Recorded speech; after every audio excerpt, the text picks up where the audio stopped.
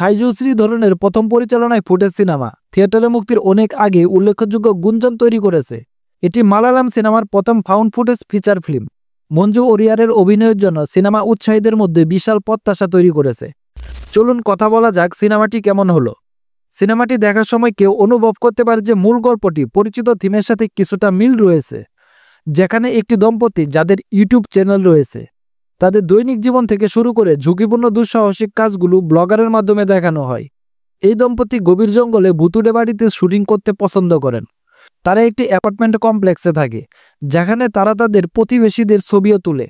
এমনও এক প্রতিবেশী রহস্যময় চরিত্রে অভিনয় করেছেন মঞ্জু ওরিয়ার। মজার বিষয় হলো ফুটেজ সিনেমাটিতে কোনো চরিত্রের নাম দেওয়া হয়নি, যার মধ্যে মঞ্জু ওরিয়ারের চরিত্রও রয়েছে। মূল রহস্যটি মঞ্জু ওরিয়ারের চরিত্রটিকে ঘিরে এবং কিভাবে ইউটিউবরা তার জীবন খুঁজে বের করার চেষ্টা করে সেটা নিয়ে।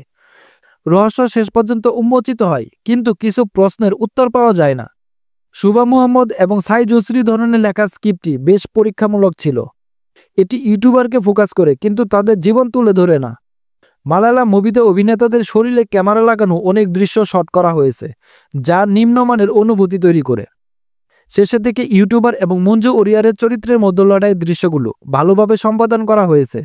সাউন্ড ডিজাইনও একটি গুরুত্বপূর্ণ ভূমিকা পালন করে, বিশেষ করে বনের শুটিংয়ে শ্যুট করা অনেক রাতের দৃশ্যে।